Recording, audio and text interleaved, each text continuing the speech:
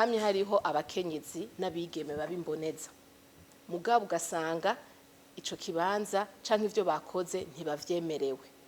Rero muri ko muraza ati mbega kugira ngo umuntu abe imboneza arinda gushira isoni, hariho abashobora kuvyibaza iyo yashize kuko kugira ube imboneza urumva ko harimo kuja imbere, hariho naho wowe waguye kudaherayo ugasubira ugahaguruka. Rero kuba iryo shigwa rimenetse rimwe rimwe ushobora gusanga hariho ababifashe nabi bakavuga ngo uyu muntu yeruye, ariko si kwerura ni gushira amanga. Rero gushira amanga nivyo novuga nti ni mboneza kandi nshima iki gihe yuko biriho abakenyezi bariko barakigwa canke ivyo bariko barakora bikagaragazwa bikaja imbere y'abandi.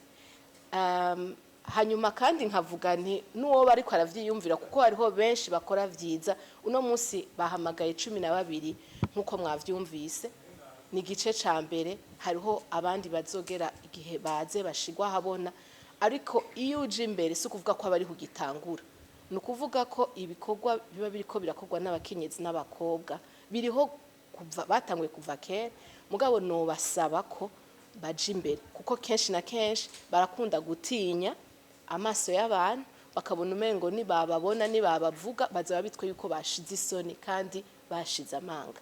Novuga ni ikintu gishitura umuntu burya hariho umuhamagaro, kandi ubu muhamagaro ico umuntu wese yumva burya nawe uracumva. Muga kenshi na kenshi hari igihe usanga dutinya, tugatinya amaso y'abantu, tugatinya ikintu kitamenyerewe, tukumva umengo twozimya kajya gatima kariko karatubwira ikintu twokora.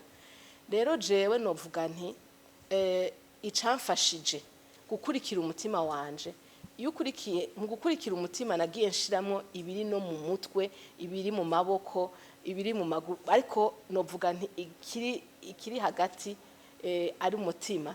Niko novuga nti narabibonye ahandi.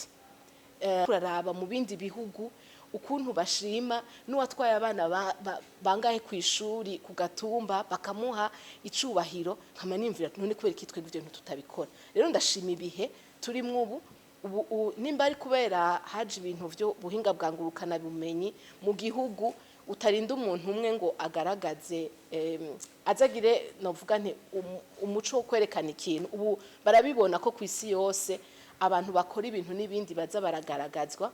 Uca usanga rero bijya bikorwa byinshi vyirirwa vyakozwe mu gihugu kuko vyamiho kuva kera, ubu mbona umengo biriko biraja ku mugaragaro, bigaheza rero bigatuma n'uwundi wese agira ico ciyumviro mu mutima yumva yo kwishura ku ngorane runaka ashobora kubikora, kubera abona yuko atakiri umwe, atabaye umuntu yasaze, atabaye umuntu yeruye, ariko ari umuntu yaje kwishura ikibazo mu kibano. Jewe akamono batera no babwira ntibarindire umengo hari ukuntu mu mico yacu turindira yuko duhabwa uruhusha.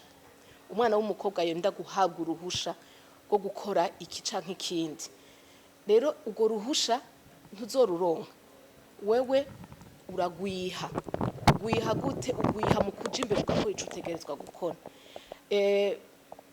No mubwira nti uwo mukobwa canke n'uyo muhungu washaka ugwaruka, ubu ndashima Imana ugwaruka rugezweho.